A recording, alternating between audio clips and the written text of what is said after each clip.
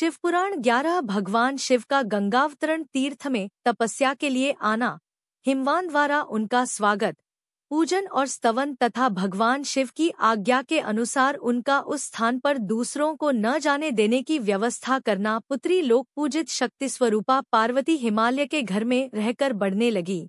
जब उनकी अवस्था 8 वर्ष की हो गई, तब सती के विरह से कातर हुए शंभु को उनके जन्म का समाचार मिला। नारद उस अद्भुत बालिका पार्वती को हृदय में रखकर वे मन ही मन बड़े आनंद का अनुभव करने लगे।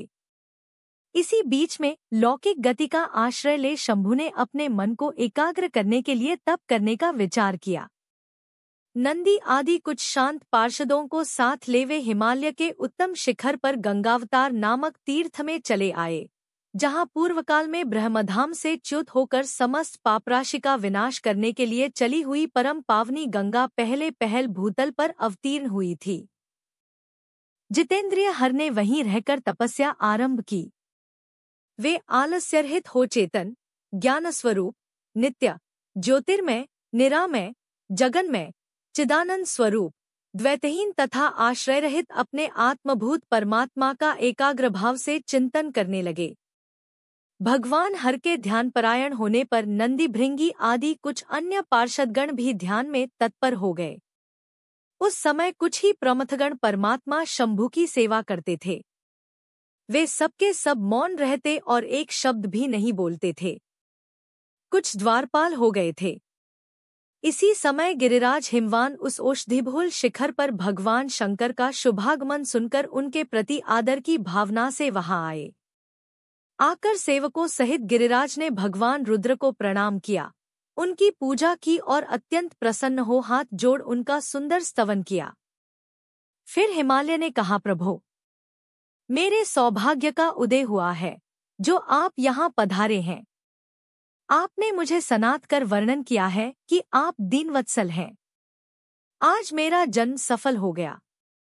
आज मेरा जीवन सफल हुआ और आज मेरा सब कुछ सफल हो गया, क्योंकि आपने यहाँ पदार्पण करने का कष्ट उठाया है।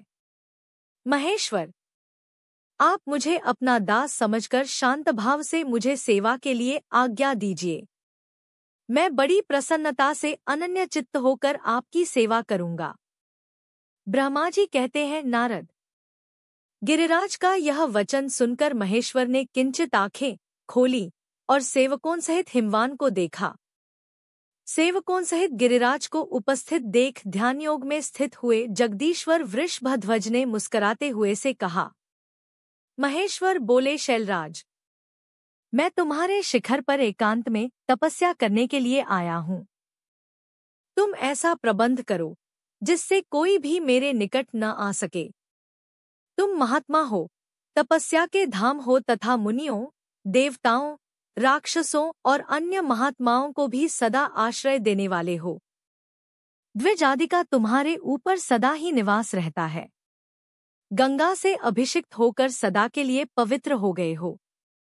दूसरों का उपकार करने वाले तथा संपूर्ण पर्वतों के सामर्थ्यशाली राजा हो।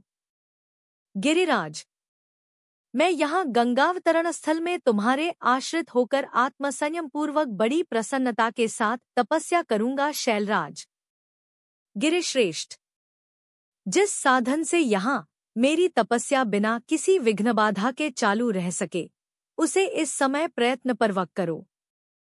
पर्वत प्रवर, मेरी यही सबसे बड़ी सेवा है। गंगावतरण नामक स्थान में, जो मेरे पृष्ठ भाग में ही है, मेरी आज्ञा मानकर न जाए, यह मैं सच्ची बात कहता हूँ। यदि कोई वहां जाएगा तो उस महादुष्ट को मैं विशेष दंड दूंगा। मुने, इस प्रकार अपने समस्त गणों को शीघ्र ही नियंत्रित करके हिमवानु ने विघ्न निवारण के लिए जो सुंदर प्रयत्न किया, वह तुम्हें बताता हूँ। सुनो। अध्याय 11